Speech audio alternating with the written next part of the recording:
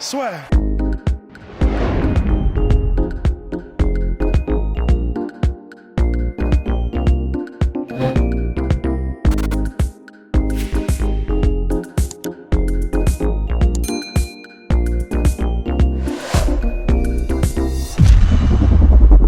Bonjour à toutes et à tous, bienvenue dans le podcast La Sueur dans la nuit de samedi à dimanche UFC 261. Kamaru Usman s'est imposé par KO au deuxième round face à Jorge Masvidal. Waouh. Et aujourd'hui, avec nos deux experts Polydomso et Rust, salut messieurs, on va s'intéresser à cette Salut. séquence de finish absolument magnifique. Parce que oui, Non, Kamaru Usman... je Oui. voyais un expert, je sais pas où est le deuxième. Mais Oh la là blague là. Aïe. Kamaru Usman avait fait ses homework, ses devoirs, puisque sur une séquence très similaire à ce qu'avait fait Rodrigo Dam plus de 10 ans auparavant. C'est la même, hein. C'est la même, nous dit Rust, lorsque Jorge Masvidal s'était fait finir par TKO. Quand on dit finir, enfin quand je dis finir de cette manière-là qui est complètement ridicule, c'est parce qu'il avait été mis knockdown, mais il n'y avait pas eu perte de conscience. Allez, c'est parti, on met une petite pièce dans la machine Rusty Polydomser. En fait, je pense que j'irai très vite parce que c'est vrai que la profondeur viendra du côté du pi, Polydomso. Mais what? Mais en gros, non, c'est vrai que c'est exactement la même séquence. Mais vraiment, c'est exactement la même séquence. Pas uniquement le cross du bras arrière, Oui. même dans le setup, dans le sens, le Rodrigo Dem, en fait, il avance de la même manière en bougeant vraiment avec son bras avant à lui, le bras arrière de Masvidal pour en gros aller ensuite dans le sens de son bras arrière sans craindre la réplique. En même temps, il sait que la réplique va arriver en crochet check hook, donc il passe avant avec son direct du droit. Et ensuite, du coup, théoriquement, dans le mouvement, il continuait vers, en gros, le côté ouvert de Masvidal, et sachant qu'il avait poussé le bras, il n'y avait plus de réplique possible. C'est littéralement, tu vas me dire si c'est ce que tu en penses, tu vois, Polydomso, mais c'est le même, mais copié-collé, en fait.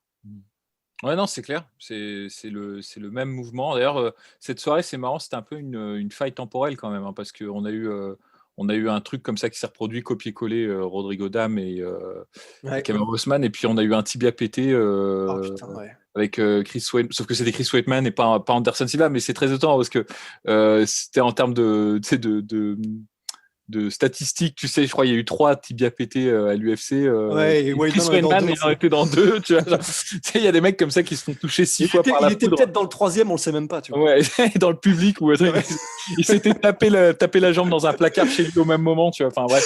Mais, non, c'est dingue. Et en fait, c'est très étonnant parce que cette combinaison, on rigole, enfin on souligne que c'est la même parce que ça frappe un peu, tu vois. C'est vrai que c'est le même setup et c'est toujours étonnant de voir un gars se prendre la même combinaison, mais on va être honnête, c'est arrivé à plein de gens de prendre les mêmes coups sur une carrière, quoi. Et surtout quelqu'un qui a 50 combats, tu vois, il y a pas une infinité non plus de combinaisons.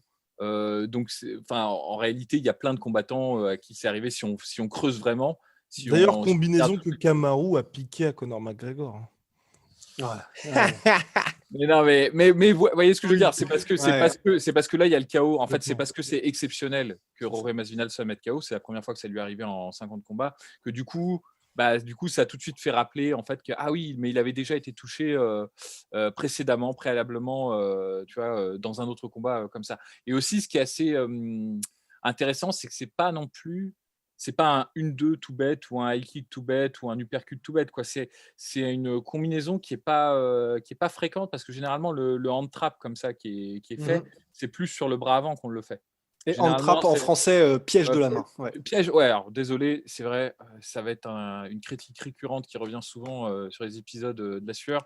On a tendance à parler en anglais et c'est certainement pas pour se la péter parce que je l'entends partout, ça me gonfle prodigieusement. Là, c'est self-défense, hein, je suis désolé, mais en réalité, il y a une grosse partie du vocabulaire faut comprendre que nous, on regarde énormément les combats, les gens parlent en anglais et une grosse partie du vocabulaire de la boxe et du MMA aussi est anglais. Il y en a certains même où il n'y a même pas de traduction en français en fait. Et donc parfois ça nous échappe parce que ça va plus vite et ça n'obstrue pas notre pensée. Il faut certainement pas, faudrait pas croire que c'est de la pause, c'est pas de la pause parce que ça me gonfle aussi les gens qui font ça, ça me rend dingue, tu vois. Donc voilà, ceci étant dit, Du coup, le piège de main, c'est qu'en fait, généralement, avec ton bras, au lieu d'attaquer, tu vas chercher à abaisser la défense de l'adversaire en agrippant la main ou en l'écartant. En fait, c'est une mesure préemptive. En fait, c'est pas de la défense, c'est juste tu vas justement chercher à abaisser la défense de l'autre, mais pas avec une feinte, mais vraiment avec une action directe. Attraper la main ou la baisser, tu vois, ou l'écarter en fait, pour ensuite te déclencher. Et généralement, les pièges de main, c'est très très bizarre en français, mais les techniques de hand trap, généralement, c'est plus bras avant, parce que la première ligne de défense, c'est le bras avant.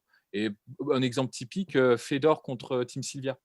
Quand il commence il commence son enchaînement, il commence par de son bras avant à baisser le bras avant de Team Sylvia, puis il envoie le bras arrière, j'allais dire le overhand pour ensuite accrocher Team Sylvia. Mais ça, tu le vois souvent, il y a beaucoup de combattants, enfin, pas tant que ça, mais il y en a plusieurs qui le font. Un des plus connus aussi en boxe anglaise étant Lomachenko, d'ailleurs.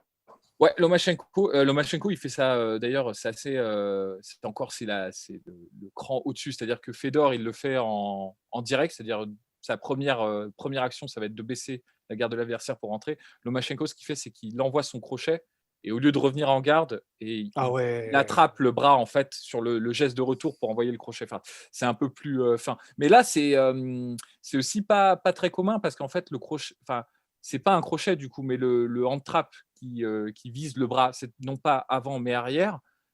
C'est assez étonnant. C'est dangereux en fait quand tu réfléchis, c'est une prise de risque parce que en baissant, avec ton bras avant, en allant chercher le bras arrière de l'adversaire, surtout quand tu es en garde normale, c'est-à-dire opposé, orthodoxe contre orthodoxe ou southpaw contre southpaw, tu t'ouvres au jab en fait, parce que le bras avant et la première ligne de défense est toujours là en fait. Mais en fait, généralement, tu fais ça quand tu as anticipé que l'adversaire n'allait pas déclencher en jab, parce que sinon tu te le prends plein fer le jab. Tu rentres en fait dans l'axe du jab, et que tu sais qu'il va faire un check hook, parce que là du coup ça te donne la fenêtre d'opportunité. Alors check hook, crochet en contre, crochet en contre du bras avant du coup, et c'est parce que justement tu sais qu'il va faire un crochet en contre du bras avant que tu vas avoir la petite fenêtre d'opportunité pour rentrer en fait. Et en fait ton bras Capolidomso, juste pour le check hook, on en avait parlé, mais pas dans le podcast de récap, c'est que Masvidal avait tenté à plusieurs reprises d'attraper Kamaru Usman.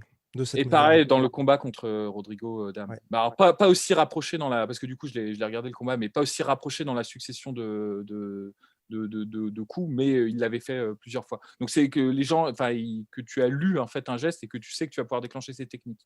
Et donc en réalité, ce que je disais, du coup, ça t'offre l'opportunité de rentrer, donc du coup, de pouvoir placer le bras arrière.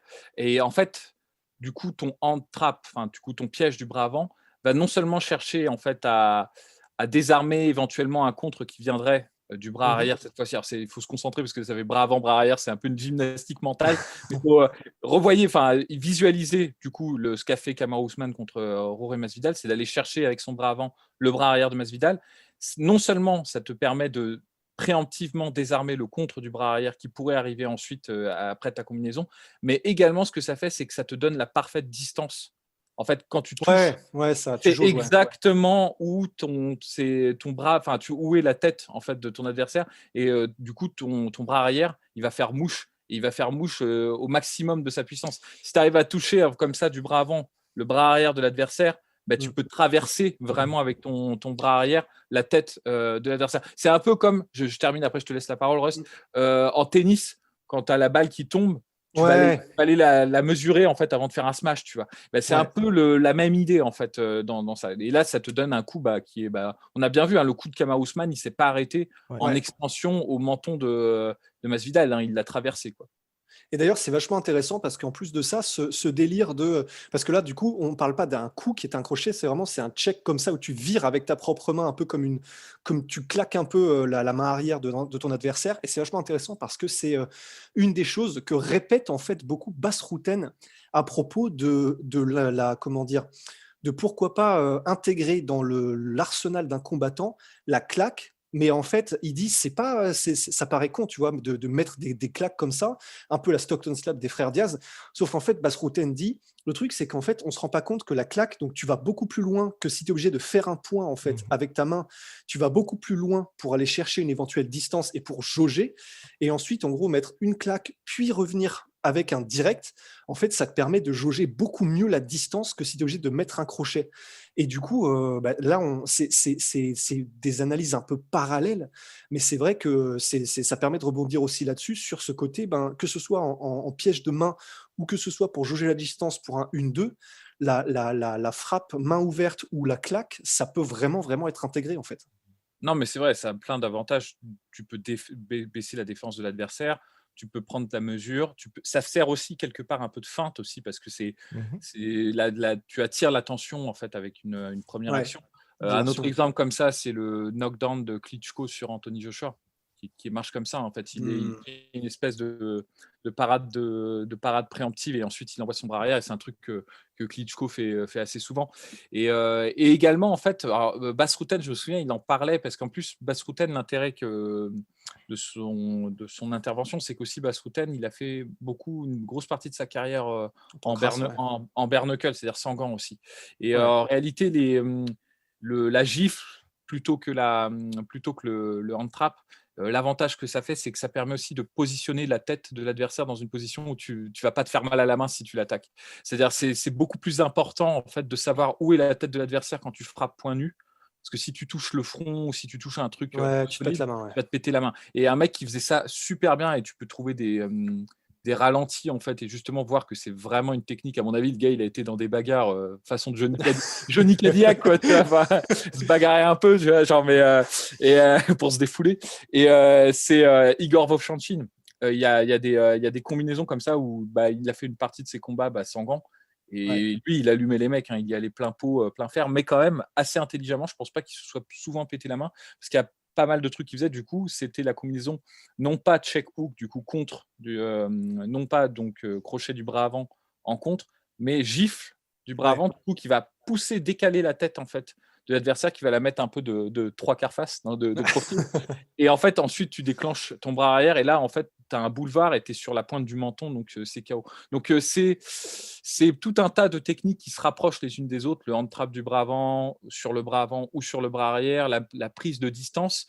Enfin, c'est plein de concepts qui sont voisins, en fait, mais qui servent à peu près les mêmes objectifs, et les objectifs étant écarter la défense et aussi avoir la mesure totale pour infliger le plus de dégâts possible. Et ce que disait Guillaume est vrai, c'est que, par exemple, c'est ce que fait le concept de la mesure seule, non pas de checker ou d'écarter la défense, mais juste de prendre la distance comme ça. C'est ce que fait très bien Conor McGregor aussi. C'est son contre du bras arrière, généralement, il part pas comme ça, tu vois. Il est toujours en fait en succession sur le bras avant, mais pas en 1-2, quoi. C'est pas jab et cross, c'est qu'avec le bras avant, il va juste toucher un petit peu pour prendre parfaitement la mesure, et là il va pouvoir déclencher en fait. Et ça, c'est très intéressant, et ça montre en fait que le jeu se raffine de plus en plus en MMA, parce que c'est quand même là on rentre dans des considérations et des techniques que honnêtement il y a 15 ans en MMA tu voyais pas. Ça c'est clair. Et d'ailleurs, juste un tout dernier exemple qui prendra quelques secondes. Que tu voyais pas ou que tu voyais très rarement. C'est tout ce que je veux dire, parce que tu le voyais pas. Parce que Rodrigo Dam, c'était il y a 13 ans. 13 ans jour pour jour, oui. Et il y a, comment dire, tu parlais, ça me fait penser rapidement, mais juste là, c'est vraiment un cadeau comme ça que je fais aux auditeurs. Mais tu parlais tout à l'heure, Polydomso, tu sais. Cadeau de Rust aux auditeurs. Ah non, vraiment, vous allez voir, c'est un cadeau. Pour ceux qui ne connaissent pas, c'est un cadeau que je vous fais. Mais en gros, tu parlais tout à l'heure, Polydomso, tu sais, de faire l'équivalent de, comme les tennisman, mettre ta main comme ça pour pas aller chercher le coup droit. Quand tu dis ça, ça me fait penser à un KO de Tyrone Spong que je vous conseille vivement d'aller voir contre le Belge. Oui. Comment s'appelle-t-il déjà? Tu vois pas tu te souviens pas C'est parti. C'est Michael Dutt. Ah oui, Michael Dutt, mais il est pas belge. Hein. Et il est pas belge, il est néerlandais. Roumain. Néerlandais. Oui. Et en néerlandais. Gros, ouais, je crois, ouais. Oui, je suis même sûr. Dutt, tu vois, D-U-U-T en plus. Oui, c'est possible. Il est néerlandais. Allez voir ce. Néerlandais. Très bien. Bref, quoi qu'il en soit, allez voir ce KO-là. En gros, c'est un KO au Glory. Donc Tyrone Spong versus Michael Dutt. Tyrone Spong, le combat est très court en plus. Il est disponible sur YouTube. Il est disponible sur YouTube. Et le KO de Tyrone Spong, c'est un des KO les plus violents que vous verrez, mais all time. En gros, il mesure la distance comme ça, mais en plus sans bouger. C'est pas juste un jab, c'est genre il se pose comme ça et il met un overhand, mais d'une violence. J'ai rarement vu une droite aussi violente de ma vie que ce truc-là. Donc voilà, Tyrone Spong versus Michael Dutt, sans déconner, allez faire un tour. Voilà, c'est effectivement un cadeau de Rust à la France. Oui, c'est un cadeau. Bien. Big shout out à My Sweet Protein, My Sweet Pea. C'est, je crois, alors en ce moment, il y a énormément de promotions, comme vous le savez, chez nos partenaires de My Sweet Protein. Alors en ce moment, ce qui se passe, c'est très simple. Des offres directes jusqu'à moins 70% sur tout My Protein et moins 20% en extra avec le code La Sueur et moins 10%, comme à chaque fois, sur Venom, sponsor de La Sueur, sponsor de l'UFC. Attendez pour de nouvelles aventures, messieurs.